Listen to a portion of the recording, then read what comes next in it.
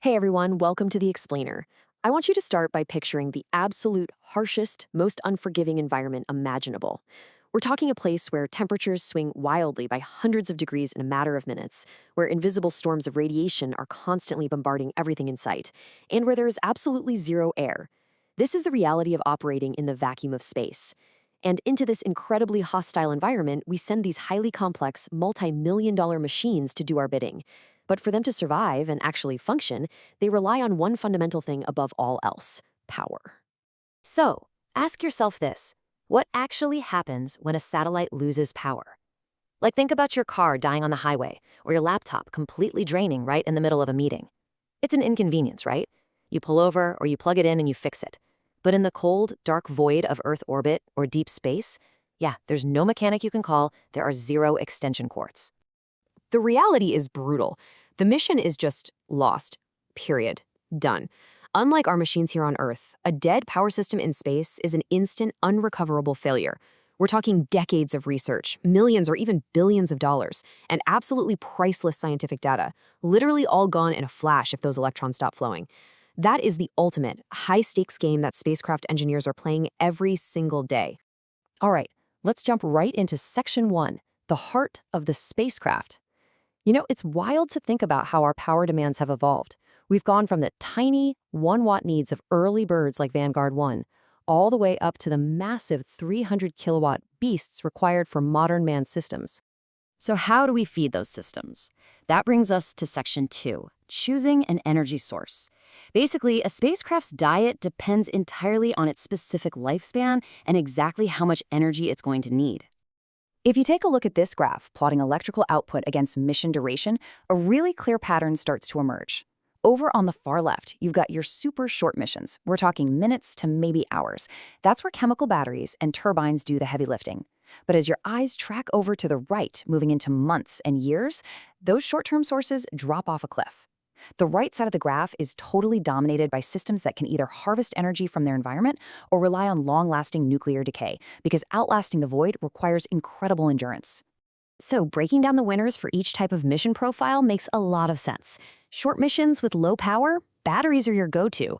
Short but high-power missions, like the space shuttle, rely on fuel cells. Plus, they have that awesome bonus of providing drinking water for the astronauts. But for the long haul, high power stretching over multiple years, solar arrays and RTGs, radioisotope thermal-electric generators, are the undisputed champions of the deep space void. Moving right along to Section 3, Anatomy of a Power System. Let's look under the hood of a typical modern satellite setup. Check out this overall blueprint. This schematic right here shows the actual flow of the satellite's lifeblood. It's not just a giant solar panel wired directly to a radio, right?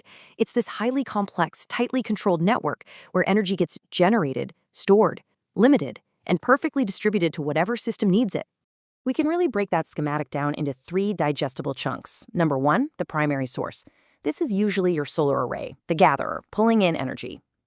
Number 2, the secondary source, which is almost always batteries. These give you that absolutely crucial storage to keep the spacecraft alive when it's stuck in an eclipse. And number 3, the control network. See, because solar panels degrade over time, engineers actually have to launch them with excess capacity. The control network acts like the brains, regulating that voltage, bleeding off the excess energy early on so it doesn't fry the satellite, and carefully managing the battery charging. Okay, Section 4, harnessing the sun's energy. This is the real heart of the gathering process, relying on the photovoltaic effect, where incoming photons knock electrons loose to create electron-hole pairs. And that little bit of magic generates a very usable 0.5 to 0.6 volts per single cell. Now, for the longest time, standard silicon cells were the absolute go-to, but lately they're getting pushed out by gallium arsenide technology. Why the switch? Well, gallium arsenide just flat out offers much higher conversion efficiencies. We're talking hitting roughly 28 to 30% in production cells, and crucially, it boasts significantly better tolerance to the intense, damaging radiation of space. And if you want to know exactly why gallium arsenide wins out, just look at this plot of efficiency versus temperature. When temperatures spike, which happens constantly up there, the efficiency of silicon, that middle line, just totally tanks. But gallium arsenide, the top line, it holds its ground so much better under that severe thermal stress. It is just a far more resilient material for a way more demanding environment. But heat isn't the only enemy we're fighting. Let's pivot to Section 5, Surviving the Radiation Hazard. So we really need to define radiation damage here. In this context, it's the deterioration of a solar cell's performance because of particle fluence. Basically, think of it as this invisible, relentless sandstorm of trapped protons and electrons. Day in, day out, year after year, these particles are just bombarding the arrays, literally degrading the cell's physical ability to generate power. You can actually see the toll it takes on these degradation curves, and honestly, as an engineer, it's pretty brutal to look at. Over a typical 5 to 15-year lifespan, as that satellite absorbs more and more radiation, its maximum power output drops significantly. You see those curves just plummeting off to the right as electron fluence goes up? Yeah, that means your satellite will literally starve to death over time if you don't plan for this decay from day one. And that brings us to this massive headache of a number, 2.2. To shield these cells, engineers use glass cover slips. Say you want to beef up that glass, increasing the thickness from 150 micrometers up to 500 to block more of that radiation. Well, you're only going to get about a tiny 4% bump in power output by the end of the mission. But because of all that heavy glass, the total mass of your entire cell setup multiplies by a factor of 2.2. So you are left with this agonizing, literal life or death design choice for the mission.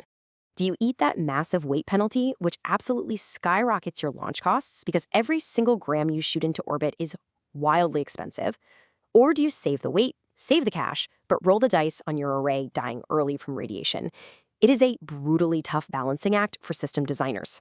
Because pure mass is such a costly solution, engineers have had to get incredibly clever with advanced survival tactics so they don't just have to slap heavy glass on everything. They use back surface reflectors to bounce unabsorbed light right back out of the cell, so it doesn't just sit there and turn into useless, damaging heat. They use textured surfaces to cut down on reflection. They even had to redesign the wiring. Early on, cells used pure silver interconnects, but the atomic oxygen in low Earth orbit literally chewed the silver away. So engineers completely swapped to molybdenum, this highly oxidation-resistant metal, just to make sure the connections didn't flake off into the void.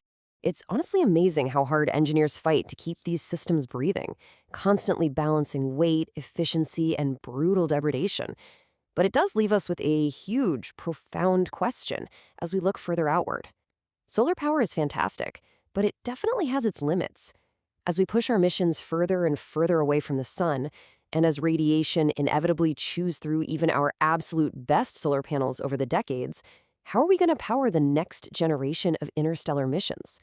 The answers to that are going to completely define the future of deep space exploration. Thank you so much for joining me on this explainer today. I really hope it sparked some curiosity about those invisible lifelines powering our eyes in the sky.